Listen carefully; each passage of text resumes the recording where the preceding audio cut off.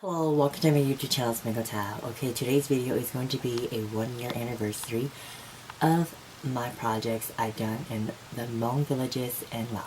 First and foremost, I want to say thanks to my family, friends, and supporters in supporting me in my journey overseas. Last but not least, I want to say thanks to all the generous people who have donated to help in this project.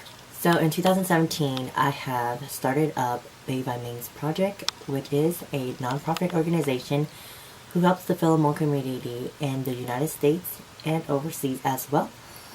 I am the founder. I have started this organization to help the fellow youth people to learn more about their cultures and not let it fade away. So I am a proud Hmong American. I always tell myself one day when I grow up, I will go back to my parents' homeland and visit and live the lifestyle how they live. So in 2017, I have purchased my plane ticket to fly across the world to Laos. Yes, a little Hmong American who doesn't even understand or speak Laos or Thai with my friend Lily Vang, which you guys all know, Miss Hmong, California. She was my helper in on all my projects that I did overseas. So I want to say thanks to you, Lily. And I also want to say thanks to Cooley for being our translator throughout the whole trip as well too. Because without you, we wouldn't really understand or speak the language. And yeah, her and I, we flew halfway across the world together.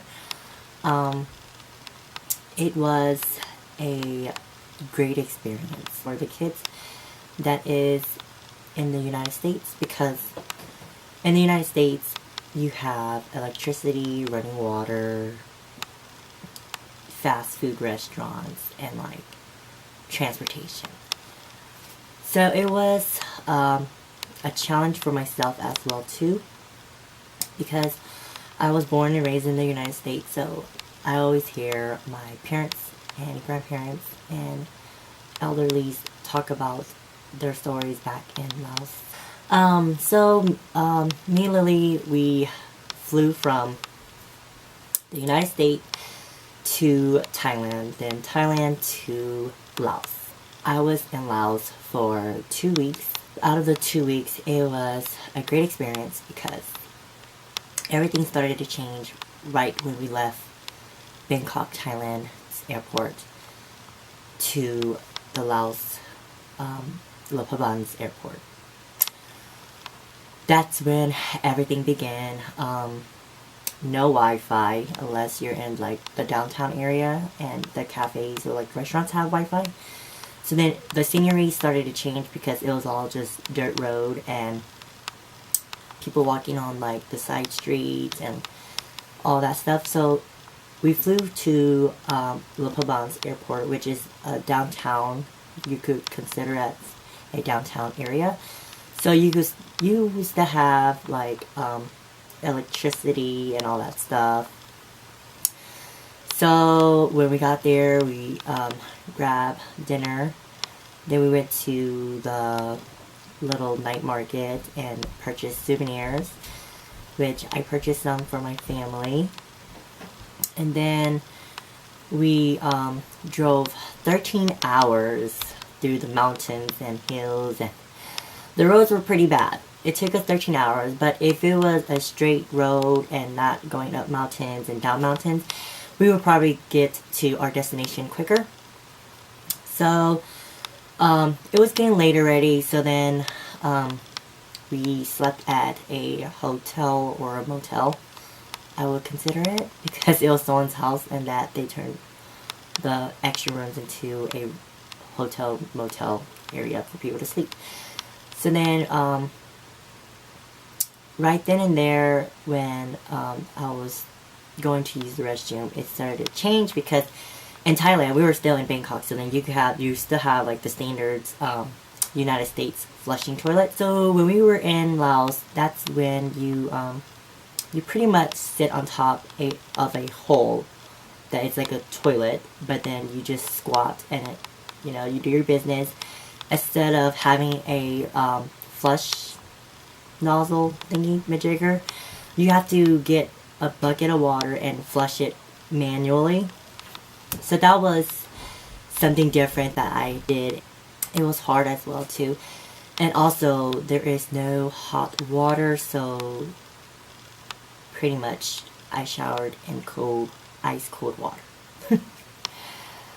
So then we woke up that morning and then we start continuing our drive to the village that we were going to stay in. We stopped at Plains of Jars and St. Kwan, and then we went from St. Kwan to Sumna. And then as we were driving from St. Kwan to Sumna, we stopped at like this little flea market area, and then we also grabbed snacks and treats and candies to pass out through a road trip through the Hmong villages. So we stopped at this one village, which I don't really know the names because it was just like a side village of the main street. So I was passing out snacks, and then I saw these 3 little girls. This part always hits me a lot too. Like, I always think about this part a lot. This was like always in my head and in my heart as well too. It was very sad because it was 3 little girls carrying an empty jug to go get water while holding rice and greens in one of their hands. And right then and there, when I saw them, I started to tear up because they were really little. Like, I would say they were probably 5 to 6 years old. Like, they were really tiny, and for them to help their parents, that's just sad that kids that little are already learning how to help their parents, and kids in the United States are so ungrateful. Not saying that all of the United States kids are ungrateful, but then there are some kids that are ungrateful, and that's hit me really hard, and I teared up, but I didn't want them to see me tear up, so I turned away, and I just didn't want to look anymore or like talk to them any longer, because if I was to talk to them any longer, I would like really bust out in tears and started crying really hard. So then I gave them the snack, and I turned around, and then I wiped my tears, and then started walking back to the car, and then continue our trip back to our destination. So we stopped at a lot of side villages with a lot of Hmong people there. So then we were passing out. I bought a lot of snacks. So wherever village we stopped at, I literally got out of the car and passed out the treats or snacks to all the kids. They were really happy, and they were like, "Are you guys from America?" I was like, "Yeah." Because like they're probably like, "Who is this stranger? You know, why is he passing out candies and snacks? Should we trust him?" But it was really heartwarming for me to like give back to my fellow Hmong people, because not everyone has the courage or the heart to do such thing. So that made me really proud of myself to give back. Even though it's just something little, it means a lot to me. So then we got to our destination. We unpacked our stuff, slept, and then the next day we went to the village. So I purchased 400 notebooks and 400 writing utensils and 400 candies to give to 2 villages. So I split it 200 each for the 2 villages that I had donated school supplies to. They were both in the province of Sumna. The first village I had went to was Kunti and Sumna. So I donated 200 school supplies to the school in Kunti. And seeing all the kids come out and line up, it was really, really memorable moment for myself, because seeing the smile on their face and seeing them line up, being very happy, it makes me happy as well too. Like, I'm a very hard person to tell if I'm happy or like, or am I moody. My face always looks so grumpy at times, but trust me, I'm really not a mean person. But the moment I was just absorbing everything in as they were lining up, and it made me very happy to see them smile, because we all know the parents' struggles as well too, just to get money to pay for the students' schooling and buying school supplies. And so that's why I had donated school supplies and writing utensils to them, so parents wouldn't have to worry so much about it. I know it's something very little, but a little helps a lot. And not most people will go out of their ways to do such thing for people overseas. So that's why I did these projects. The principal, the teacher, they gave their little speech, and then I gave my little speech, and then I passed out the school supplies, and then we went to one of the pastor's house, and then I had donated money to the church, because the church is inside of the pastor's house / store. So they were expanding the church bigger because there's more people that is attending the church. He told me there was a total of 7 families that is attending the church now, and they're expecting more people to join. So the pastor and I, we still keep in contact through Facebook, and we still chat here and there. And yeah, and I am going to still help the church that I have donated to.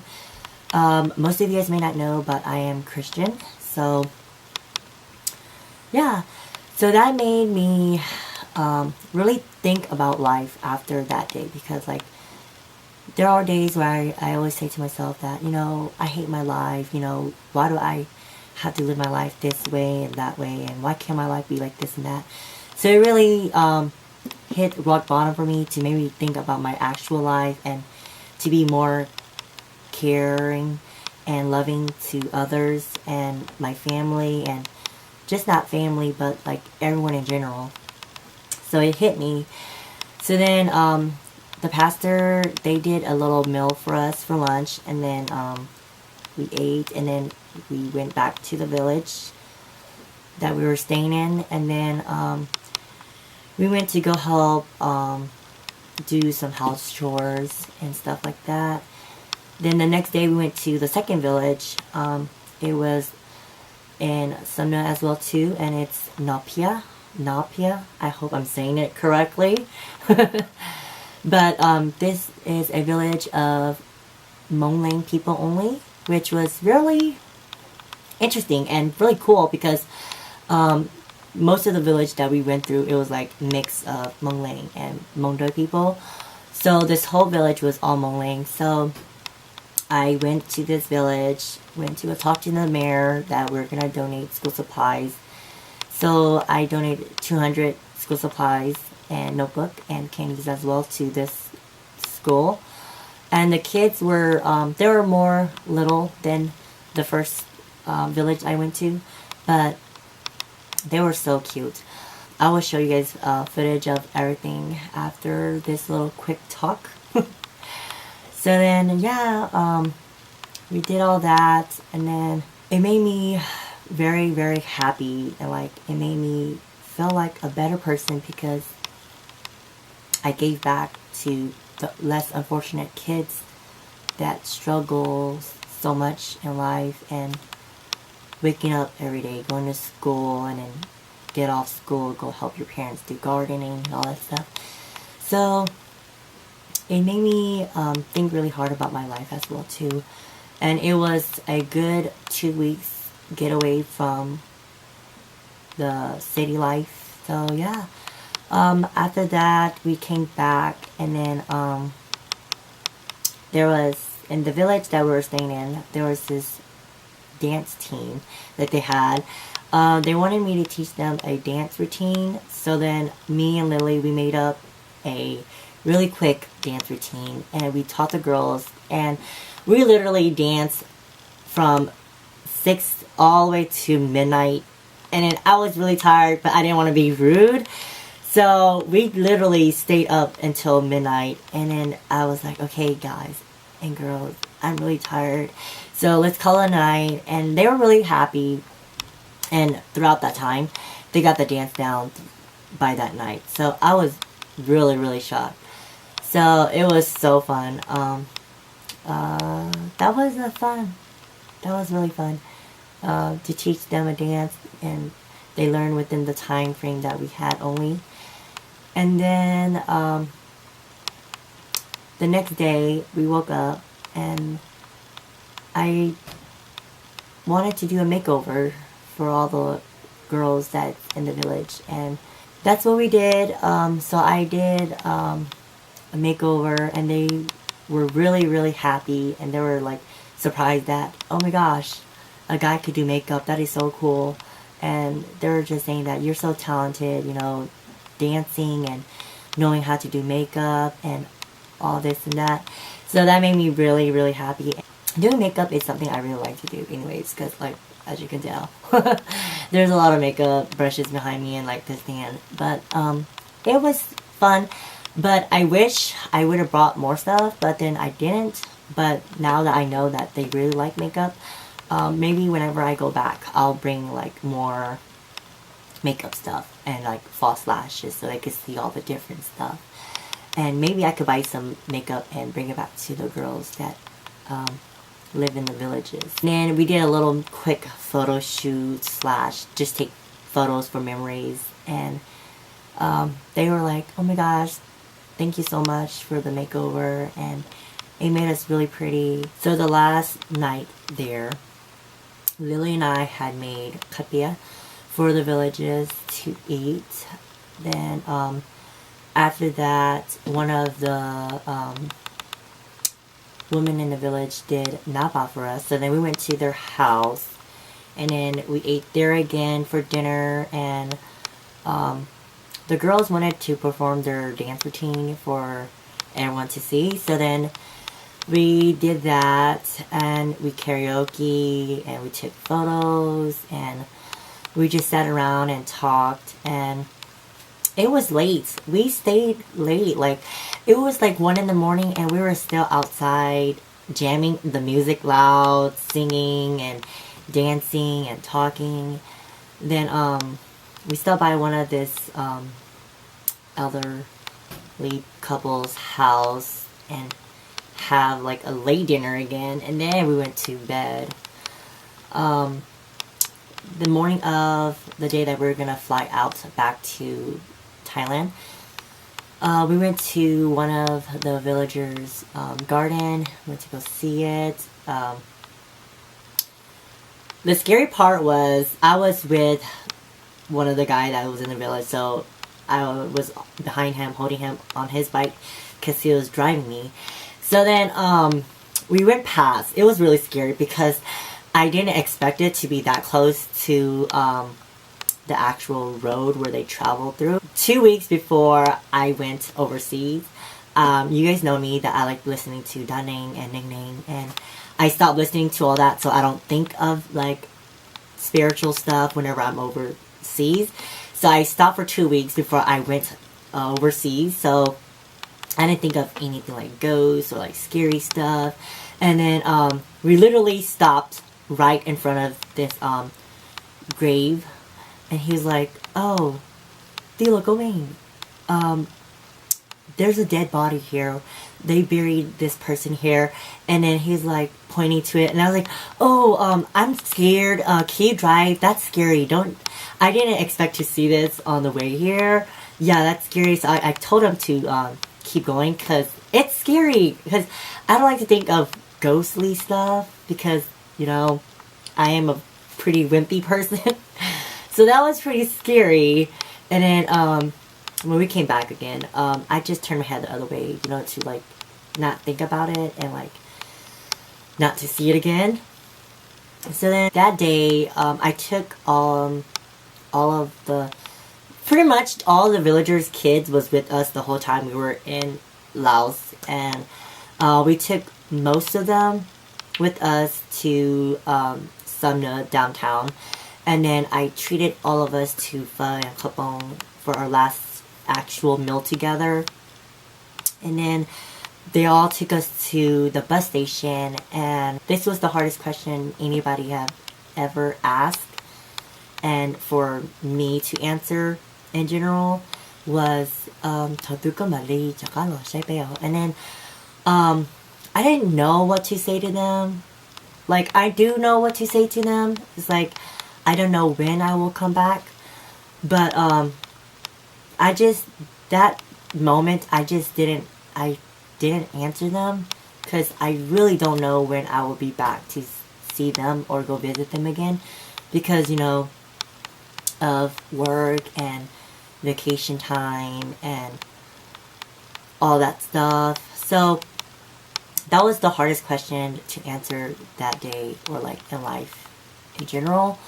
So I just didn't answer that question, and I saw one of the girls cry, and then I started to cry, then Lily started to cry, and then most of the girls started to cry. So we all cried, and you know, we all hugged each other and said our farewell. And then pretty much we were at the bus station, and then they were hauling our stuff into the van.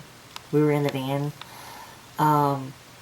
They put our stuff in the van, and then we left Sumner to Lapavan. So yeah, then we slept for the day, because it was that morning of. Still, the whole trip in Laos was a very, very good experience. And for all those Hmong American kids, you know, don't take your life for granted, because there are still less unfortunate kids that is still living in the lands that our parents came from and our roots came from, that are still struggling just to find food to eat and make a living and bring money into the family. So always be appreciative of what your parents can provide you in this world, and don't take life for granted.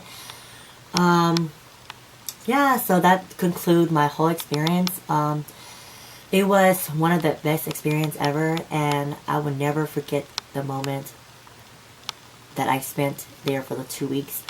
And I really do want to go back and visit all the kids again, but due to, like I said, work and all the other stuff that's happening in life right now. So yeah, so I hope you guys enjoy this video, and I want to say thanks to all the people that still support me from day one until now, and that still have faith in me. And getting a little emotional here.